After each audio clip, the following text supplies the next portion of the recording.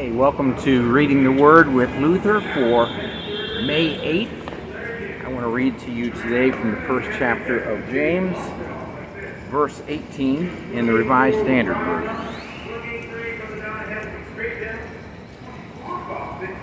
Of his own will he brought us forth by the word of truth, that we should be a kind of first fruits of his creatures.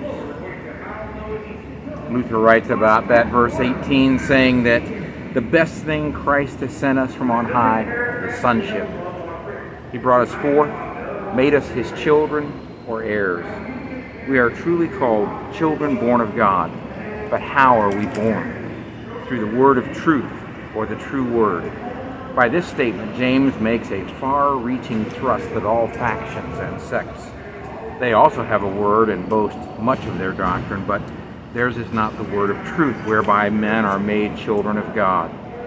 But we have a word whereby, as we are assured, God makes us his beloved children and justifies us, if we believe in that word.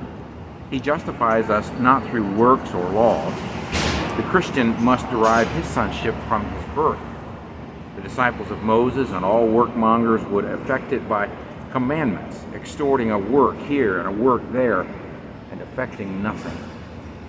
The children of God, John tells us, are they who believe on the name of Christ, who sincerely cling to the word.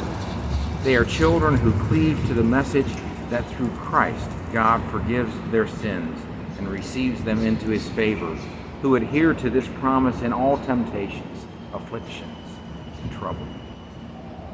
The word here on earth is the jewel which secures sonship. Since God has so greatly blessed you as to make you his own begotten children, shall he not also give you every other good? Whence do we derive sonship? Not from our own will, not from your own powers or efforts. Were it so, I and other monks surely should have obtained it, independently of the word. It would have been ours through the numerous works we performed in our monastic life. It is secured, says James, of his will.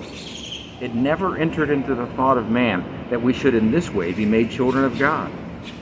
The idea did not grow up in our gardens. It did not spring up in our wells. It came down from above, from the Father of lights, by word and spirit revealed to us and given into our hearts through the agency of the apostles and their successors, by whom the word has been transmitted to us. Hence, we did not secure it by our efforts and merits. Of his fatherly will and good pleasure was it conferred upon us. Of pure grace and mercy he gave it. This is the promise of God, that through believing on that word and that Christ alone, the Father's grace alone, we have sonship in the kingdom. We are joint heirs with Christ, simply because we believe on that promise. May you believe that today. Let us pray.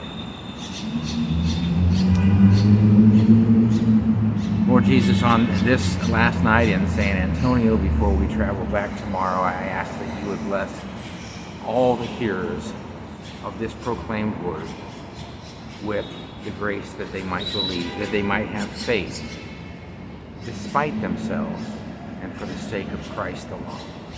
In whose name I pray. Please join me again tomorrow for Reading the Word with me.